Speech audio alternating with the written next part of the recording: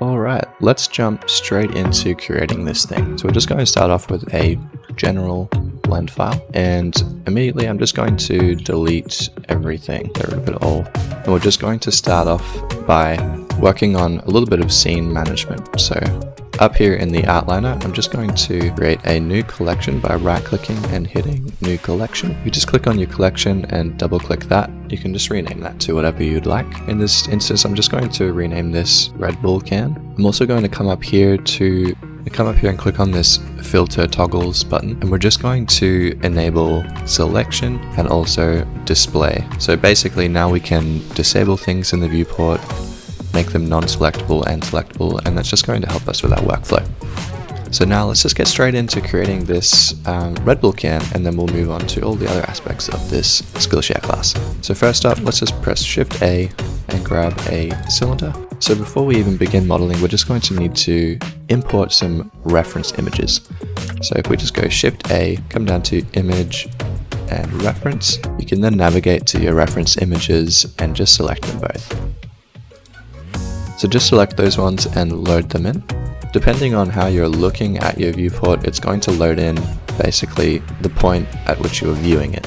So what we want to do is just select both of these and hit Alt-R to reset the rotation. And from there we can then just start setting up the reference images to our liking. So let's just grab this one here. I'm going to rotate it on the X-axis up, and then on the Z-axis 90 degrees as well. And then I'm just going to pull it up to about the middle point here, like so. I'm just going to load in the top of the can as well. So Shift A, Image, Reference, and then I'll load in Red Bull can top. There we go. Again, it's loaded in the way that I'm looking at the screen, at the viewport. So I'll just fix that rotation and bring that up. Right now you don't really have to worry about the scale. We'll fix that once we model the Red Bull can. So I'm just going to roughly size it down to the size of the can's top. And for now, I'm just going to come up here to the outliner and make the top of the can non-selectable and also hidden from my view. So now we can just work with this, with the reference image of the Red Bull can. So if we switch to orthographic view, we can now start the modeling process for this can. So let's go Shift A, Mesh, Cylinder, and let's just start modeling this guy out. So tab into edit mode, and let's just scale this roughly to the size of the can here. That's looking pretty good. To actually see what we're doing, I'm going to press Alt and Z, and that's going to enable X-ray mode. So now we can actually start doing our basic modeling of the can. I'm just going to line it up to the very top and also at the bottom. Line that to the very bottom. And now we can just start fleshing it out by adding in loop cuts and going from there. So first off, let's just add in 2 loop cuts.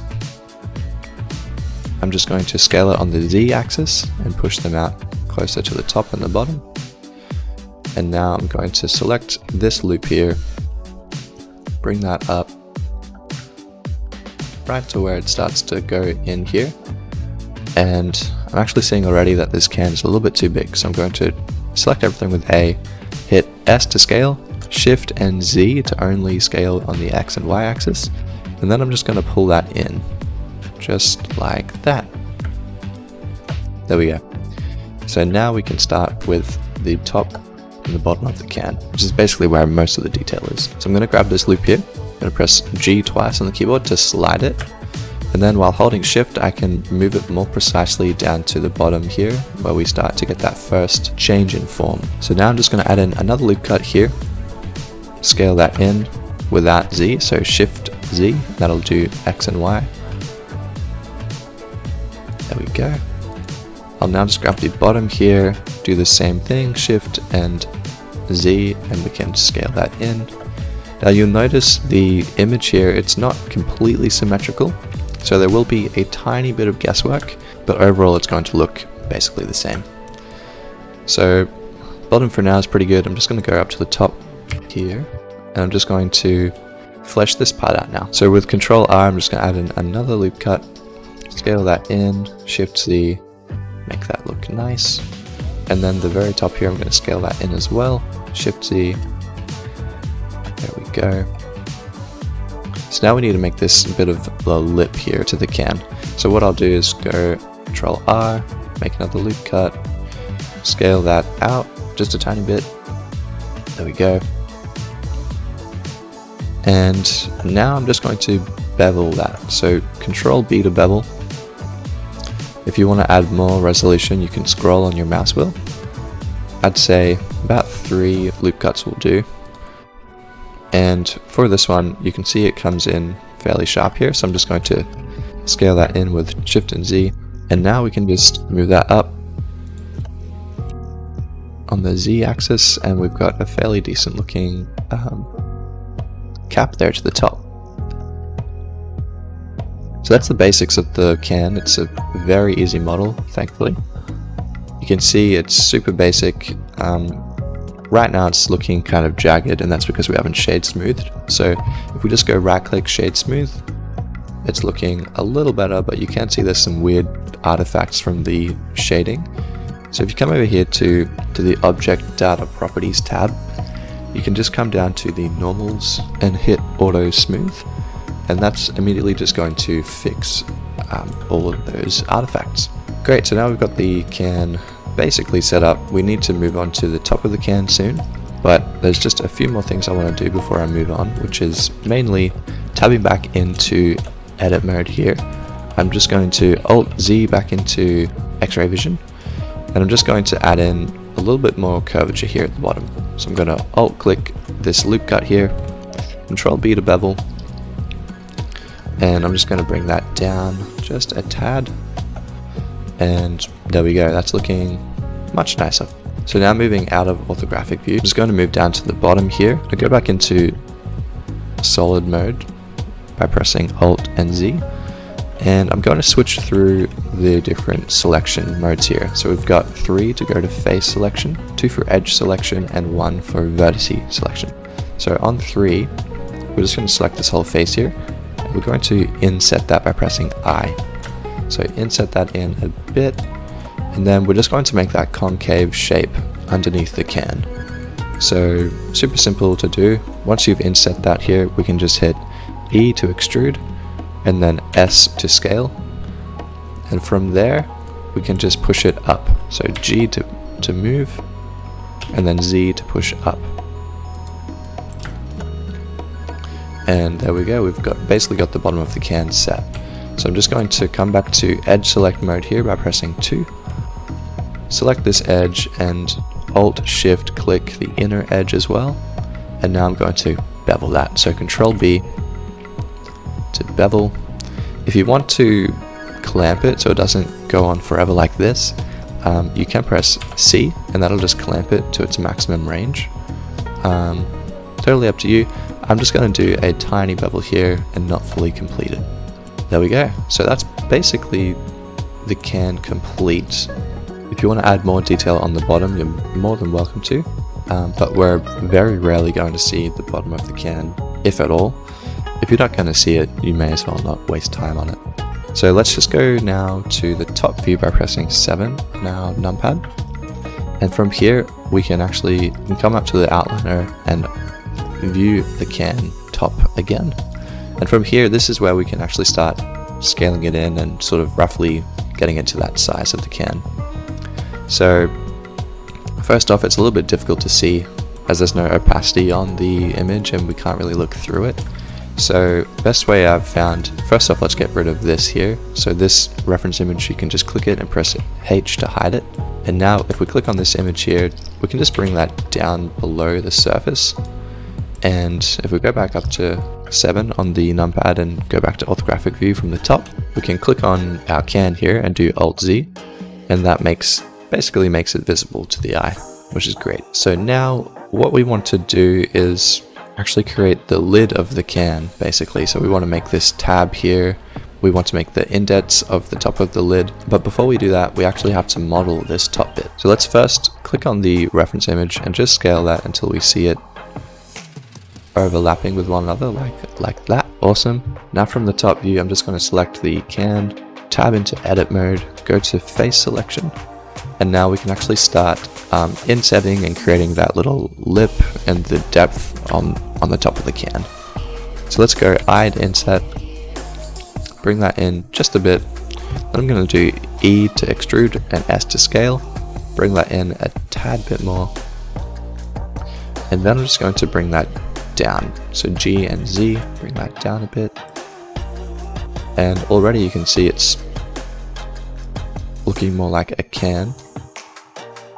So I'm just going to go into edge select mode here and bevel these edges just a bit.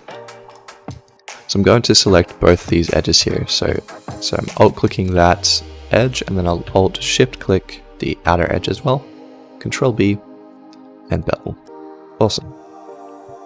So now from the top view, by pressing 7 on your numpad, I'm just going to go to X-ray vision here, and I'm just going to start roughly lining up the inner circle here to the actual can tab. So somewhere like here seems pretty good. It encompasses most of the can's lid here, so that's looking good. I'm also just going to add in a loop cut here by pressing Ctrl R, and I'm just going to scale that, Shift Z scale that in a bit, just to give it a bit more of a crisp outline on the edge here. So with that done, I'm just going to add in maybe one more, and I'm going to bring that down. So G and Z, just to give it a bit more of a lip at the top there. And now let's move on to creating the tab, or the top of the can. So by pressing 3, we're going to select this top face here. I'm going to press Shift D to duplicate that. So now we have a separate face here. And basically what we want to do is separate this selected face from the can itself, so that we have its own separate object. So easiest way to do that is pressing P, and then we can do separate by selection. So hit that selection button. Now you can see we've got cylinder 1, which is our can, and cylinder 001, which is the lid. So super quickly while we're here, we may as well name our objects. So cylinder, we can press F2 on the keyboard to quickly rename something. And now we can just rename this Red Bull can. And then cylinder 001 is the lid. So I'm just going to press F2 and call that lid. One more thing before we move on, I can see that we don't actually have these objects in the Red Bull can collection. So what you can do is select everything here, press M on your keyboard.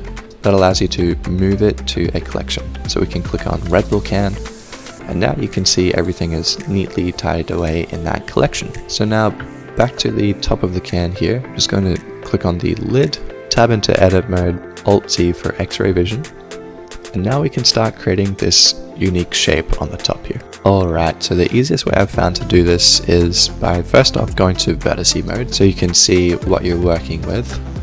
And all I'm going to do is press A to select everything. I'm going to inset this just slightly until we get this shape down the bottom, roughly matching. So from there, we want to start pulling in all these vertices to match up to this, and then we'll just go from there. So let's just begin by selecting these two vertices here. And the quickest way I found to do it in unison and to make it basically mirrored, you can hit S and then Shift and Z, and basically just pull these vertices in to where you would like them to be. So now I'm just going to speed through this process of lining it all up, and I'll see you once I've completed that.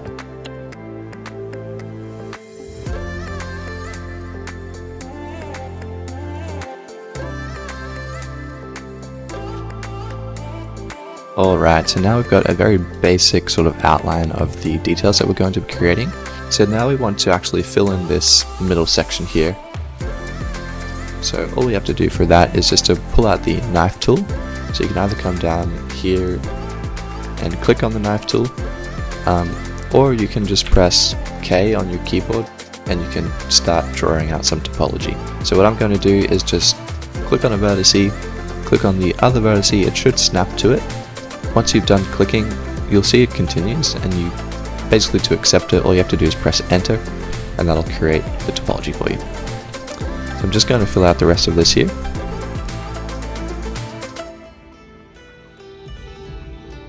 Now to create the lid, or basically the part where the fluid comes out of, all we really need to do is go to face select mode, select on that face, and we're just going to inset that.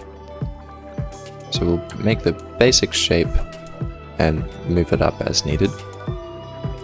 I can see now actually that we don't need this edge here, so I'm actually just going to Control Z, and I'm just going to select this edge here, press X to delete, and I'm actually just going to dissolve the edges. So that's going to dissolve it without actually deleting the topology. So now back to face select mode, I'm going to select that face, inset that in, and that's a much better line up there.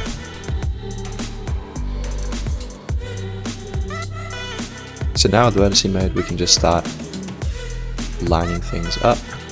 So first off, these two I can see have overlapped, so I'm just going to move them back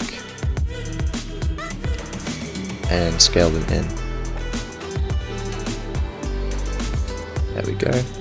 And I mean, these have matched up pretty well, so I'm just going to leave them as is for now. But the topology here, there's not much to mess around with. So what I'm going to do is go back to the knife tool, and I'm just going to draw in that topology.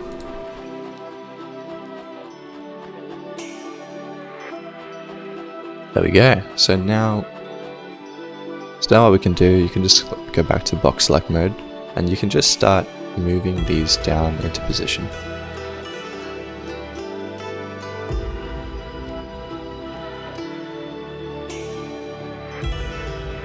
Alright, wonderful.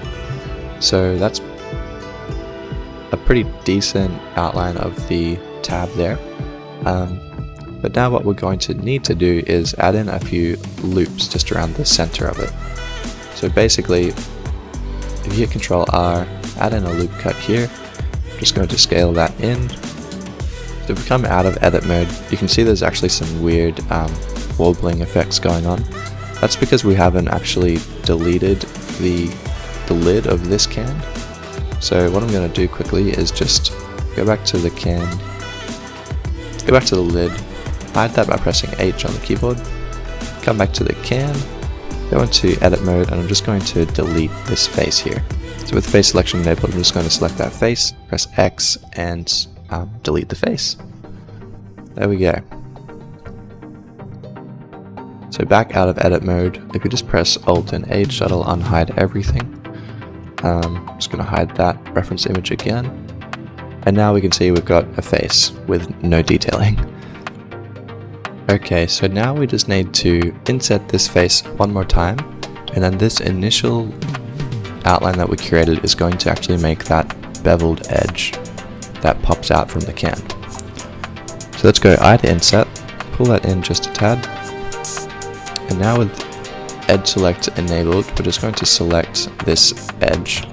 It's a little bit more easy to see in solid view. I'm going to select this edge, press G and Z to move that up, and basically we now have that indentation detailing that you see on the can. So we're not done there, we also have to do this one here, and we'll just leave it as those two very basic shapes.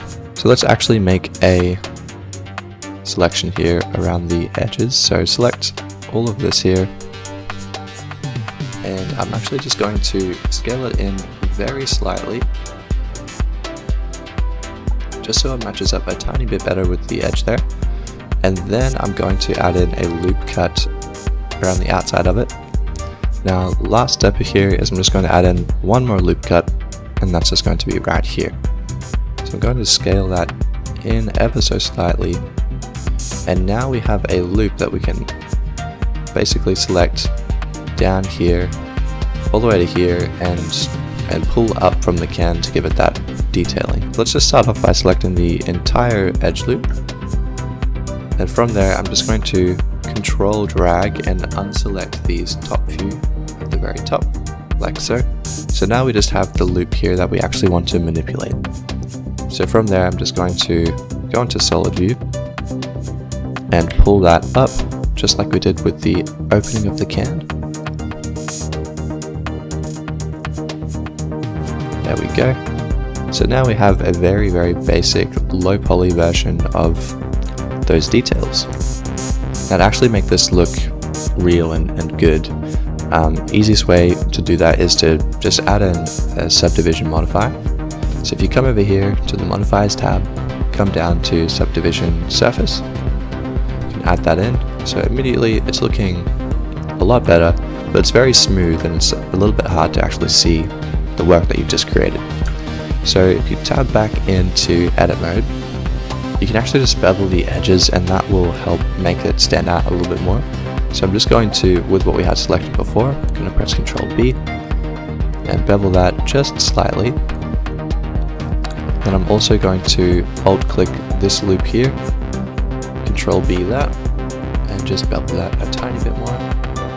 And now we have way better detailing on the top of our can, which is awesome.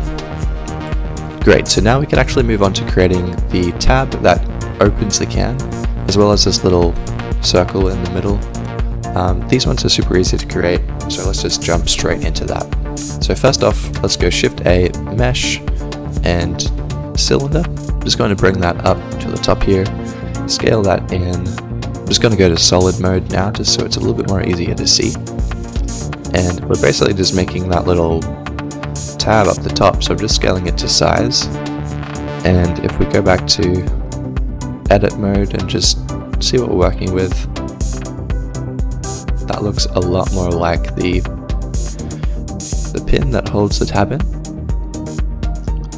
But we need to make it a bit more smoother and aesthetic. So easiest way to do that is adding another subdivision surface modifier to this guy.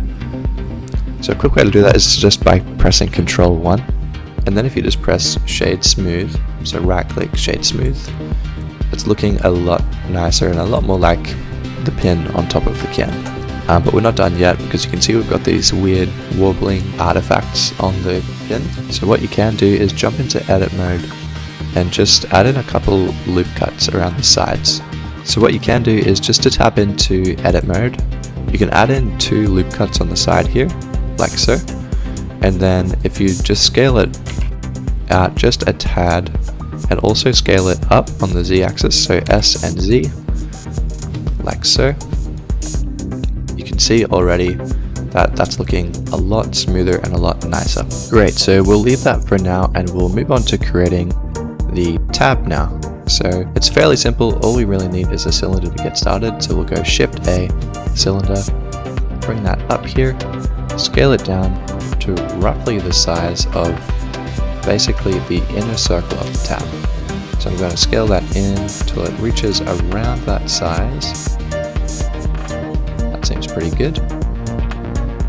And now back in solid view, we're just going to go through to edit mode, go to face select, and we basically want to select every face except for this top one.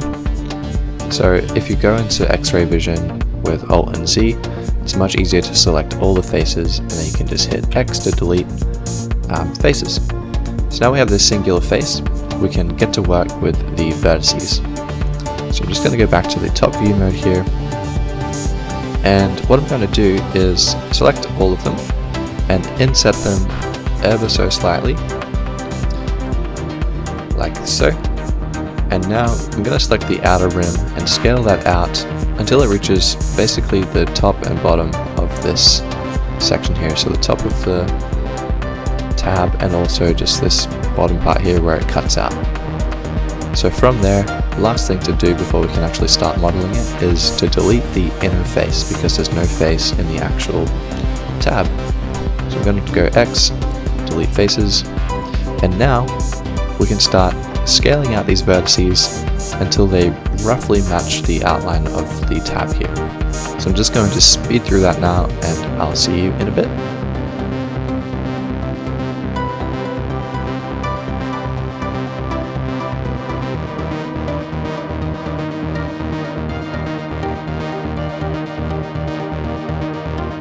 Alright, we've got the rough shape down here, and now that we're down at the bottom, I'm just going to select all of these vertices here, and I'm going to scale them on the y-axis to 0 so that they level out. So you press S, and then Y, and then 0, you can see that it's just basically leveled them out And now we can manipulate it a little bit better. So I'm going to pull them down here. I'm going to grab these outer ones, scale them out to the sides, and also with these two I'm also going to scale them out a little bit. And now from here I'm just going to extrude these two edges down to make these two planes. So E and then Y, we're going to pull that down to here, and then once more E and Y, pull that down to here, and then I'm going to select this edge and this edge. I'm going to press F3, and you can see I've already searched it, bridge edge loops. So if you just type in bridge edge loops, you can see that that connects the two there, and we can continue extruding down here. So shift click all these edges here, E to extrude, Y to go down, and we just have to create a little bit more topology to really match the edges here. So back into vertice select mode, I'm going to select these two vertices, bring them up so it matches a bit better, and then in the middle here I'm going to Control R and create a few loop cuts like so. And I'm just going to start refining that shape. There we go. So to actually finish this off, we're going to give it a bit of depth and thickness. So if we select everything with A, hit E to extrude and press Z twice to go up, we can just give it some thickness here. So that should do. Make it as thick as you want. And then from there, we basically want to bevel the edges. Let's just select all of the edges that we want to bevel, which is everything on the inside as well as the outside. So I'm selecting all edges now just by doing Alt Shift click.